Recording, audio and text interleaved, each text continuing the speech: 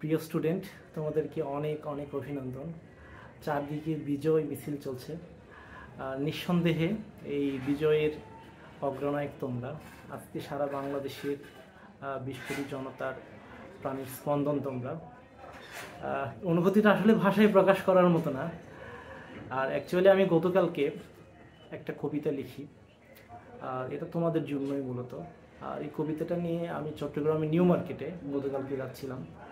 আমার উদ্দেশ্য ছিল সেখানে আবৃত্তি করা অথবা খান তালাত মাহমুদ রাফি তার কাছে কবিতাটা পৌঁছানো, কিন্তু পথিমধ্যে দেওয়ানহাটে গিয়ে অনেকটা ক্লাসের শিকার হই, এই জন্য আর যাওয়া হয় নাই।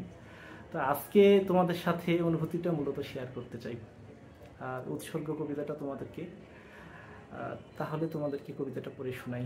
আমি আসলে আমার আবেগটা আর তোমাদের সাথে শেয়ার না করে থাকতে পারছি না, এই জন্যই মূলত কবিতাটা শেয়ার করা, আর কিছুই না। আমার কবিতার নাম মনে রেখো, বুলেট কখনো বুলেটকে মারতে পারে না। স্বরচিত কবিতা, উৎসর্গ তোমাদেরকে।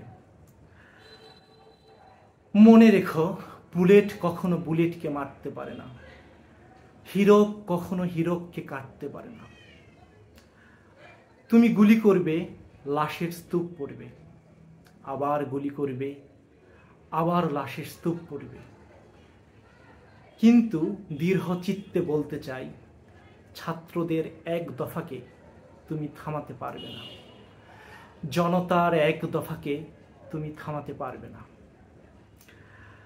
মনে রেখো, মেশিন গানকে মারতে পারে না, ট্যাঙ্ক ট্যাঙ্কে ধ্বংস করতে পারে না।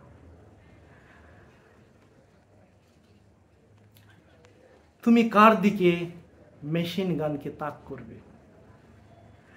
আজ সারা বাংলাদেশ মেশিন গানের সামনে দাঁড়াতে প্রস্তুত।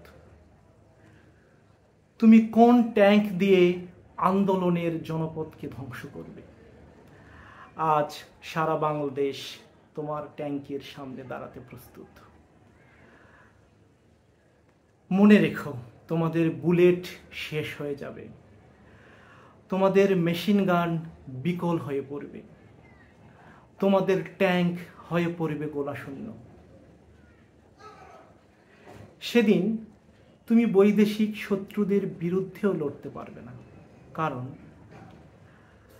তোমার ভাইকে হত্যা করবার জন্যে তুমি তোমার বুলেট নিজেই শেষ করে ফেলেছ, তোমার মেশিন গানকে বিকল করেছ,